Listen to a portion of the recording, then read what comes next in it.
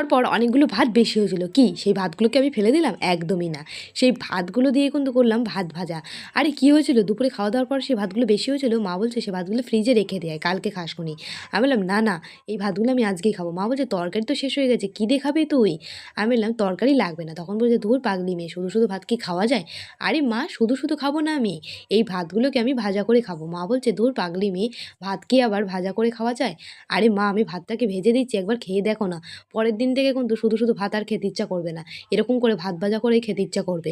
তো এর ভেতর পেঁয়াজগুলো একটু কুচিয়ে নিয়েছিলাম, লঙ্কা কুচিয়ে নিয়েছিলাম, একটু কালো জিরে ফোড়ন দিয়ে ডিমটাকে ঝুরি ভাজা করে ভেজে নিয়ে একটু নুন হলুদ দিয়ে ভেজে নিলেই তৈরি হয়ে যাবে ভাত ভাজা।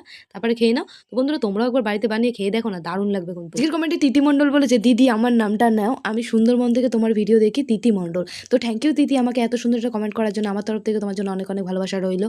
বন্ধুরা, তোমাদের সুন্দর সুন্দর নামগুলো আমাকে তাড়াতাড়ি কমেন্ট করে বলো, যেন নেক্সট ভিডিওতে তোমাদের সুন্দর সুন্দর নামগুলো তুলে ধরে বলতে পারি বন্ধুরা।